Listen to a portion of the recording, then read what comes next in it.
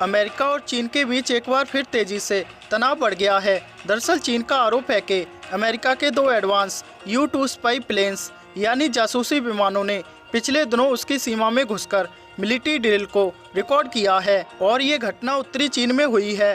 हालांकि सटीक लोकेशन की जानकारी नहीं दी गई। तो वहीं अमेरिका ने चीन के आरोप का खंडन तो नहीं किया, लेकिन कहा कि हमने किसी नियम को नहीं तोड़ा है। इसके बारे में चीन की डिफेंस मिनिस्ट्री के प्रवक्ता बू क्विन ने कहा कि अमेरिकी नेवी के 2 U-2 एयरक्राफ्ट ने उत्तरी इलाके में हमारी सेना के अभ्यास की न केवल कई घंटे तक जासूसी की, बल्कि इससे हमारी ट्रेनिंग पर असर हुआ। उन्होंने दावा किया कि अमेरिका ने ऐसा करके दोनों देशों के बीच समझौते का उल्लंघन किया है।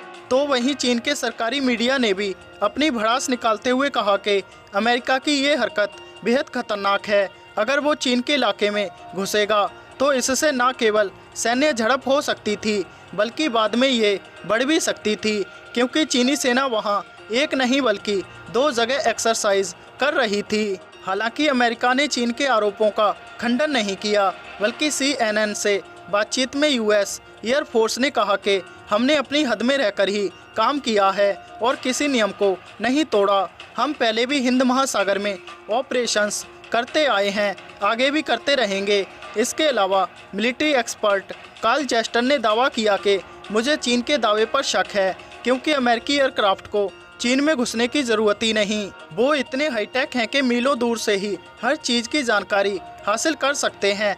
अब सवाल ये उठता है कि चीन इससे इतना डरा हुआ क्यों है।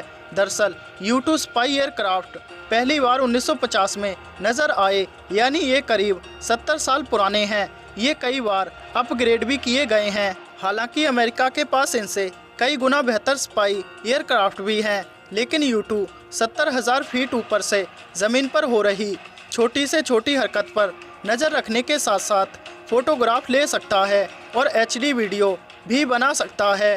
तो वहीं खास बात यह है कि इसे एंटी एयरक्राफ्ट मिसाइल छू भी नहीं सकती। इसके अलावा कुछ मीडिया रिपोर्ट्स में कहा गया है कि U-2 एयरक्राफ्ट कई घंटे तक चीन के आसमान में 70,000 फीट की ऊंचाई पर मंडराते रहे, पूरी मिलिट्री एक्सरसाइज कैप्चर की। इसके बाद आराम से हिंद महासागर में अपने बेस पर लौट गए और चीन की सेना को इसकी भनक तक नहीं लगी। बाद में इमेजरी के जरिए इसका पता चला, क्योंकि तब इनकी ऊंचाई काफ़ी कम हो गई थी।